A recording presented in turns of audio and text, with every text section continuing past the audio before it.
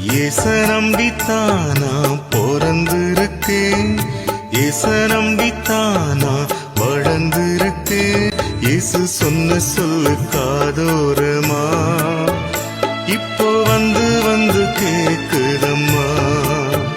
இயேசு சொன்ன சொல்லு காதோரமா இப்போ வந்து வந்து கேக்குதம்மா.